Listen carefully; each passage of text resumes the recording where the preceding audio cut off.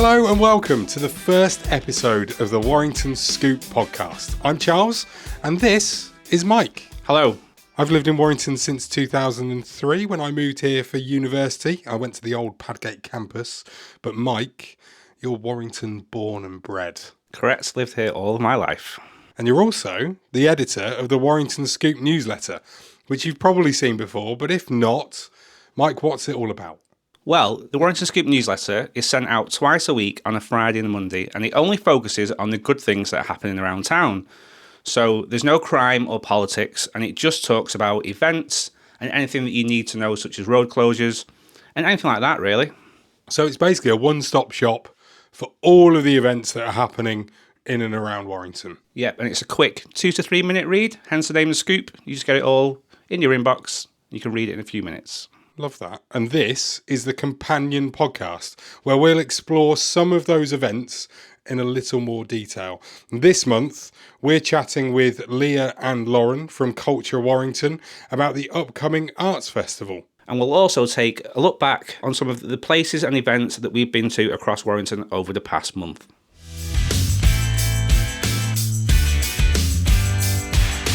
This month's episode is sponsored by CBK Coffee. Coffee by Kyle. It's a brand new coffee shop located inside the Hive Shopping Arcade in the heart of town. Now, we've both known Kyle for a number of years, and it's great to see that he's now opened his own cafe in Warrington. You've been in there, you've seen him. Mike, what are your favourite things on the menu? Well, I love a good breakfast, and he does a sausage barn with a coffee for £4.50, which is really well priced, and it's really good food, so that's what I go for.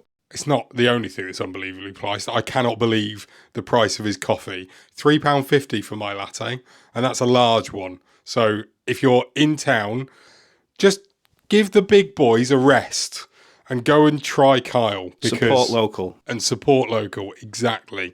Because honestly, it's amazing coffee. Kyle's a lovely lad. And yeah, why wouldn't we want to support him? CBK Coffee in the Hive.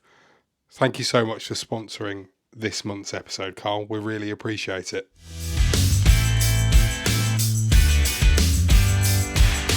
So what did you get up to last month then, Mike? Were there any events that you went to that you enjoyed? Yeah, so my favourite probably was the Warrington Food Festival that took place on Bank Park behind the Golden Gates. Yeah. That was really good. So it was good weather, good turnout, it was absolutely heaving. Obviously it's now in the town centre, so everybody can get there from around the town. No issues on parking, public transport can get there. That was a really good day out. The one thing with these food festivals that I have a problem with, right, is I go there as somebody that knows he needs to lose a little bit of weight, right? I get to there and want to eat everything, and yet I can't stop myself. I mean, the reason why I didn't go wasn't anything to do with that, but part of me is quite glad I didn't because I'd have paid for it the next day. How many bits of food did you actually manage to consume? I think I had half of the Greek gyros that we got. Gyros? Is it gyros? Gyros. Yeah, I can never pronounce it right. Yeah. So I shared half of that with my wife. Then I got some pizza as well, a cake, bought some local honey that is made in Birchwood, I think it is. Nice. That I took home. Also took home some hot sauce, some cheese. Oh, you love a bit of hot sauce. Yeah, went a bit overboard, but as you do. I also had a few beers as well because like the sun was out. Watched the music. There was a food eating competition as well that was good to watch. Like people eating hot dogs. So you didn't enter that? No way. Not brave enough to get up there. No. Oh, that's a shame. As much as I love food, I'm not doing that. Oh, that's brilliant. And you were there, I mean, it was a whole weekend, wasn't it, I think, that it was on for? Yep. You went for one day. You weren't that greedy, were you? Go for both. But, yeah, it seems good. I mean, another event that we both did go to, of course, in June was Warrington Pride, which was a fantastic celebration, I thought, in the heart of the town centre. And luckily for you, we took our microphones along to capture the day. My name's Dawn. It's my first time, so my granddaughter's up there, so yeah, I support the whole thing. I've done from the start, so yeah. And I love the whole atmosphere. Hi, my name's Adele. I've been playing drums with the Samba Mundo band. You were leading the way in the parade, getting through the whole of the town centre, keeping everybody bouncing, going along. It looked very enjoyable from the outside in. Did you enjoy it? Oh yeah, we always enjoy it. There's always a great vibe. We played here last year as well, and it was fantastic last year as well. I'm Councillor Mose, Mayor of Warrington. It's absolutely amazing to see so many people from so much diversity, so much colour, and everyone with so much energy and enjoying themselves. What not to enjoy? I'm Dan Price and I'm Cheshire's Police and Crime Commissioner. So I'm from Warrington, so Warrington Pride means quite a lot to me. I'm also a gay man. I'm the first gay police and crime commissioner we've ever had in our county. So it's a great family-friendly day. A lot of people here feel accepted. You know, there's a lot of people passing by who are just having a look and just embracing the atmosphere. So it's just a great family-friendly day. Hi, I'm Jamie Graham. I'm a youth worker for Warrington Borough Council Youth Service, and I'm one of the leaders on the TAGS youth group. My name's Sharon Johnson, and I'm a qualified youth worker working for Warrington Youth Service, and I'm a lead worker on the TAGS group. And I'm Adrian. I use he, they pronouns, and I used to be a young person at TAGS, and now I'm a volunteer. Well, we have a planning group, really, don't we, which is built up with a whole community of different people, different organisations, you know, different partner groups. Golden Square, the market, we've got United Utilities. Times Square, we've got the university. So we have a planning group which we all take part on in organising. It's, you know, it's a big event to organise. So we're a big part of that planning, really. Obviously the parade, that's takes a lot of planning just in itself. This is our third year now as TAGS doing this, and each year the crowd, just in the parade alone, you know, the crowd's getting bigger and bigger each year. The atmosphere is absolutely fantastic, you know, so positive. Our young people absolutely have a ball, don't they? We need to look at, future funding streams, really. For it to get even bigger than what it is, we obviously need some sponsorship, probably, going forward. As you said before, you've been involved in TAVA 10 years now. You started going there yourself and have come through as a volunteer. Take me through those 10 years. You've obviously enjoyed it. Yeah, so I joined TAGS when I was 18. I knew I was gender variant in some way, and first night I went, I was really nervous. It was the first place where I was able to use my chosen name, Adrian. From that point, I knew that this was going to make me feel more comfortable, and every single session I went to after that got me closer and closer to being Adrian. So I aged out at 25, so the group goes from 11 to 25. And Sharon and Jamie, for a couple of years before, had sort of needed my help on little things, so it got to a point where even at 19 I was staff just not on payroll. Always helping out, always wanting to help out. As a trans young person living in Warrington, I wanted to say this is what we need, this is what the kids need, this is what needs to be done. And obviously Pride is getting bigger and bigger every year, and unfortunately it's because it needs to be. Happy Pride! It was great hearing that back, because it really was a lovely community day out, wasn't it? I've never been to a Pride event. I don't think you have either. No. Not, let's say, our normal fare. But it was a really, really good day. It was just, for me, it was lovely to see the community just coming together to support one thing, which is lovely. It was good weather, good turnout, yeah. The parade was really good to watch, yeah. Yeah, and you got to meet the mayor. What more was to like about it, eh? Yep, true. Thank you to everyone that we talked to, including Mr. Mayor as well, but also to Jamie, Sharon and Adrian from Warrington TAGS. And there's a link to that in the show notes. Thanks for listening to the first episode of the Warrington Scoop podcast. Don't forget to sign up to the newsletter, which goes out every Friday and Monday to 6,400 people. Starting on the 18th with a tribute to Mr. Smith's nightclub in Times Square, Warrington Arts Festival takes place across town for 9 days throughout July. I went along to Central Library to meet Leah Biddle and Lauren Banks from Culture Warrington to find out more. Hi, my name's Lauren Banks and I'm Programme Producer for Warrington Arts Festival. Hi, I'm Leah Biddle and I'm Cultural Director at Culture Warrington. So, first of all, Leah, can you explain your job title? Because that sounds amazing. Cultural Director. It does sound amazing, it is. So yeah, as part of the organisation, we've got lots of different cultural venues. So we've got Pyramid and Parr Hall, Warrington Museum and Art Gallery, and delivering lots of arts and cultural programmes throughout those venues, but also external as well. I suppose my role is that I have a bit more of I have like a strategic visioning for the organisation along with our other directors. So I do get to do some of like a lot of the nice cultural side and the creative side, and working with the team to put these programmes in place and see them come to life, which is great. But then alongside that as well, just kind of keeping the organisation ticking along, I suppose. Anything from finance to HR and budgets and what have you. So very varied and diverse role. Keeps me busy, very challenging as well, but I really enjoy it. So you've got quite a lot to do with a lot of the things that happen in Warrington. It isn't just what we're going to talk about today. There's everything else as well that's going on throughout the year. So I suppose really to sort of start off, obviously it's the Warrington Arts Festival that's happening this July. Tell me a little bit about it, because actually, apart from last year, this is probably the first time that I've really heard about it.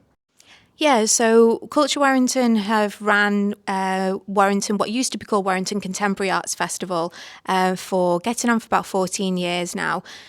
The festival was always really well attended and really highly regarded by wide Northwest audiences. We'd get a lot of artists from throughout the Northwest that would programme their work as part of the festival, bringing in those audiences from Liverpool, Manchester, Chester and even further afield. But we felt that the festival wasn't really connecting with your Warrington audience.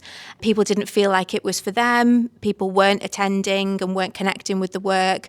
So we decided to make some changes. We were able to kind of test and trial a few different things. So I started in 2019 and we tested programming some work in outdoor spaces. So we had an outdoor light night and we programmed some really lovely accessible work that some people didn't even think was art, if that makes sense. So we had Luke Jerram's Museum of the Moon in Parr Hall, and people were coming to see the moon. They weren't coming to see an art installation, and it just really connected with people. And we had a lovely programme underneath that as well that was really accessible, and we're able to test working with some key groups. And from the positive response that we had from that and the impact that had, just demonstrated that Warrington actually wants to have more of this type of programme moving forwards. COVID put a bit of a blip and caused some issues for us, of course, but we were able to try some other pockets of more of that accessible outdoor style programming. And then we had an opportunity to apply for some funding from the Arts Council and were awarded with that back in 2023. And things have just grown from there, really. We've been able to bring in Lauren and the rest of the Place Partnership team and really grow Warrington Arts Festival, which is something that Lauren's taken charge of and really driven that forward and completely transformed it for the better as well. Fabulous. So, Lauren, what's your role then? Obviously, there's a little bit there that you've been set up for, but what is it that you do and how are you involved? Yeah, so as programme producer, I do anything from sort of researching artists to looking at different work and companies that we might want to bring here, to then contracting work and getting all of that lined up, to working a bit more closely with local artists to support them to develop new work to present at the festival, which is always really nice. A lot of the operational and logistical stuff, so yeah, sort of staffing, sort of licensing, permits, all of that fun stuff. And then sort of working with, our sort of wider team at Culture Warrington, like our technical manager, to make sure sort of everything comes together for all of the events to run smoothly and to budget. So you'll be the one running around then and making sure it all ticks and goes off according to plan on the days that Yes, yeah. I'll be running around in a high vis most likely, but yeah, really trying to sort of land and enjoy everything as well and take it all in. So if you've been the person that's kind of collected all of these different fabulous ideas together and then asked them to come and be a part of Warrington Arts Fair, how do you start with something like that? Obviously there are some really amazing and big things that are going on. The alien invasion that I think finishes the festival in Bank Park. We've got the knitted cottage that'll be in the Par Hall throughout the whole. I mean, these are huge, huge things that are actually here. This isn't just, and forgive me any artists and painters out there, but this isn't just somebody that's just done a painting that you can go and look at. This is a big thing. How do you even start to go and collate those things and bring them into one place? Yeah, so there's lots to balance, really, sort of our sort of aims and ambitions with the festival. But when we started this new work in sort of relaunching the festival, as a team, we did loads of consultation sort of out with groups and sort of with artists, you know, what do people want to see? And that obviously comes back very varied, but it's a nice starting point.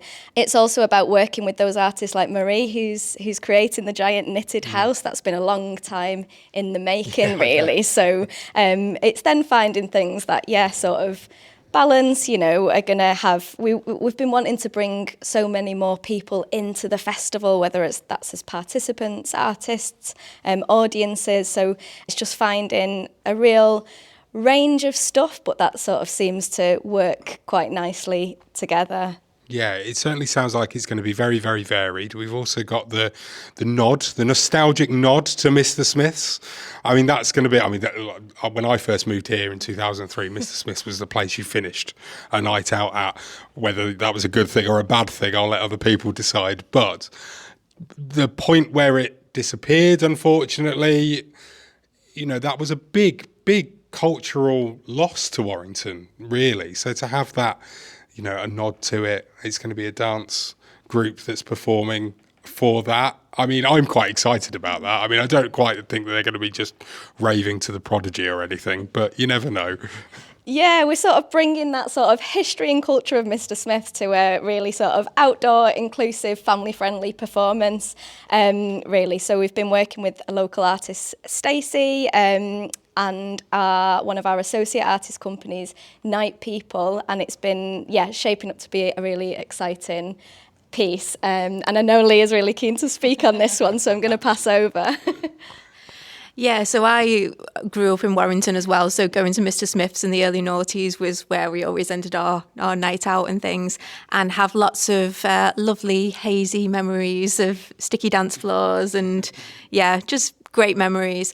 And when we, as Lauren said, we did lots of consultation with the community in various different groups early last year, and Mr. Smith's kept coming out in different stories of things that people like connected to, and obviously the culture and the music from the venue and things as well. So we knew even back then that as part of this, we wanted to create a commission that was based around Mr. Smith's.